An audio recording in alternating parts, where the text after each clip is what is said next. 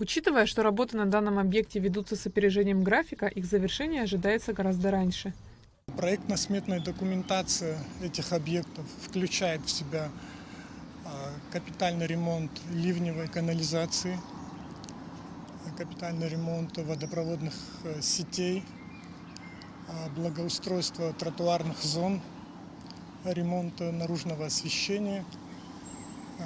И заключительным этапом будет устройство асфальтобетонного покрытия на всей протяженности данных улиц.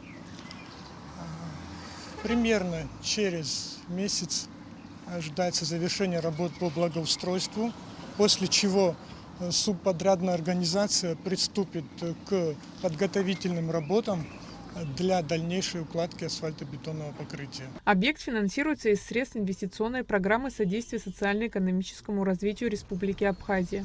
Суммарная площадь покрытия асфальтобетона составит более 16 тысяч квадратных метров. Просим жителей нового района с пониманием отнестись к возникшим временным неудобствам. Капитальный ремонт ливневой канализации и водопроводных сетей завершен. На данный момент проводятся работы по капитальному ремонту дорожного освещения. Благоустройство тротуарных зон будет завершено в течение месяца, после чего субподрядная организация приступит к подготовительным работам для дальнейшей укладки асфальтобетонного покрытия на всей протяженности 2 улиц.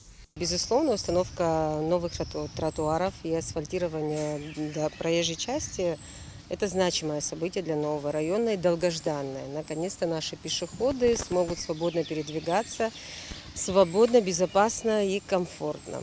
Надеюсь, на этом благоустройство района не остановится.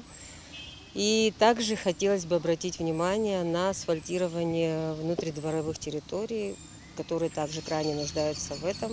В частности, пользуясь случаем, хотелось бы обратить внимание администрации на двор дома номер 2 по улице 30 сентября. Работы на данном объекте выполняет строительная компания «Гарант». Заказчик – Управление капитального строительства Абхазии. Айлита Арутюнян, Давид Хашик, Абхазское телевидение.